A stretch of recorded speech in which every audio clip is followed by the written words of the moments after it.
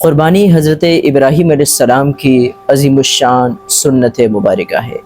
اللہ کے نبی حضرت ابراہیم علیہ السلام اور ان کے فرزند ارجمند حضرت اسماعیل علیہ السلام ان کی عظیم الشان یادگار ہے جو انہوں نے اللہ رب العزت کی اطاعت و فرمانبرداری کے جذبے کے خاطر سر انجام دی۔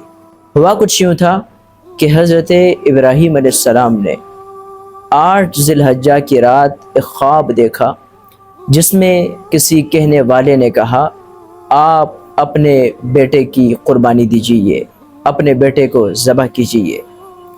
جب صبح ہوئی تو حضرت ابراہیم علیہ السلام سوچ بچار کرنے لگے کہ یہ خواب جو کہ انہیں دکھایا گیا یہ اللہ کی طرف سے ہے یا شیطان کی طرف سے؟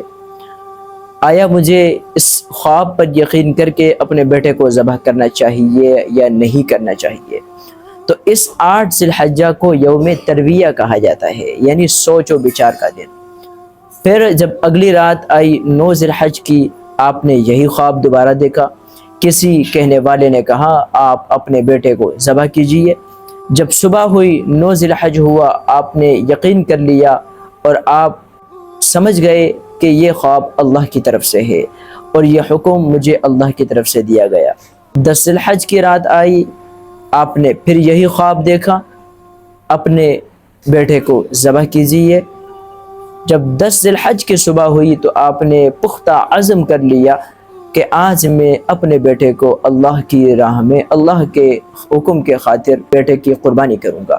اس دن کو یوم نحر کہا جاتا ہے۔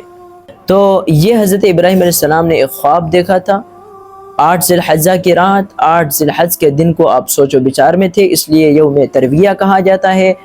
9 ذی الحج کی رات جب خواب دیکھا تو 9 ذی الحج کی صبح آپ سمجھ گئے کہ یہ اللہ کی طرف سے ہے، پہچان گئے، اس لیے یوم عرفہ کہا جاتا ہے 9 ذی الحج کو۔ اور 10 ذی الحج کو آپ نے ارادہ کر لیا کہ آج اپنے بیٹے کو اللہ کی رضا کے خاطر قربان کرنا ہے، اس لیے یوم نحر یعنی ذبح کا دن، قربانی کا دن کہا جاتا ہے۔